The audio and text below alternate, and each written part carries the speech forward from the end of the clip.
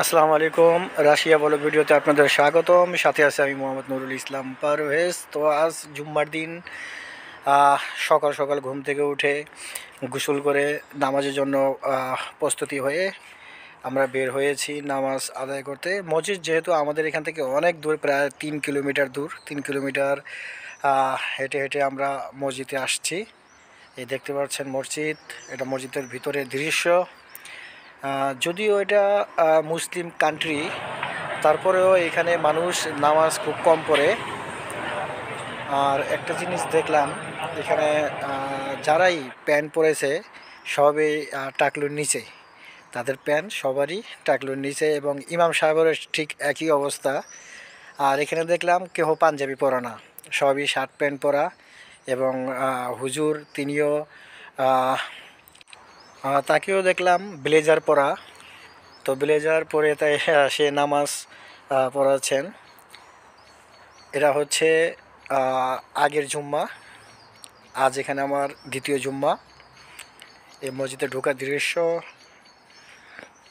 Video ধারণ করেছি আপনাদের দেখাবো বলে। যেহেতু আমরা মুসলমান, নামাজ তো পড়তে হবে, তাই 3 কিলোমিটার হেঁটে হেঁটে মসজিদে আসছি। প্রথম দিন অবশ্য আমরা হারিয়ে গিয়েছিলাম, যেহেতু অনেক দূর, রাস্তা চিনতে খুব সমস্যা হয়েছিল। যাই হোক, এই যে দেখতে পাচ্ছেন জয়নাল ভাইকে, আমরা একসাথে নামাজ আদায়ের জন্য বাসা থেকে বের হয়েছি। এক বাঙালি ভাইয়ের সাথে পরিচয়। এটি হচ্ছে একটি ফল গাছ, চেরি ফল। এখানে প্রচুর আপেল গাছের গাছ রয়েছে, আপেল গাছ এবং আঙ্গুরের অনেক গাছ রয়েছে। মসজিদের পাশে এটা অবস্থিত। জয়নাল ভাইকে দেখতে পাচ্ছেন, সে দেখছে। খুব সুন্দর দৃশ্য মসজিদের সামনে। ওই মসজিদটি আপনারা দেখতে পাচ্ছেন। পরিবেশ খুব চমৎকার পরিবেশ, অনেক দূর থেকে এখানে লোকজন আসে। যদিও মুসলিম দেশ, এখানে কিন্তু মসজিদের সংখ্যা নেই বললেই চলে, অনেক দূর, প্রায় 2 কিলোমিটার 3 কিলোমিটার পর পর একটি করে মসজিদ। আর এখানে দেখলাম মানুষ নামাজ খুব কম আদায় করেন।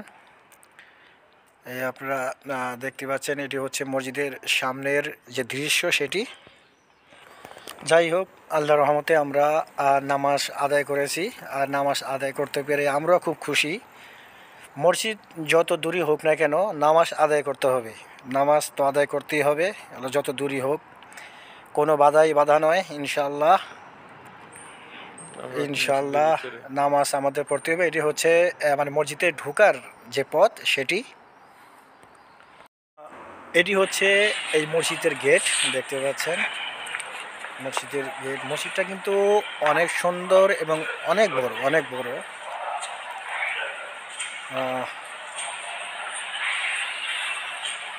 এটি হচ্ছে অজুখানা। এটি হচ্ছে অজুখানা। তো যাই হোক, আপনারা আমাদের জন্য দোয়া করবেন ইনশাল্লাহ, যাতে আমাদের গন্তব্যে আমরা পৌঁছাতে পারি। তো ধন্যবাদ সবাইকে। আসসালামু আলাইকুম।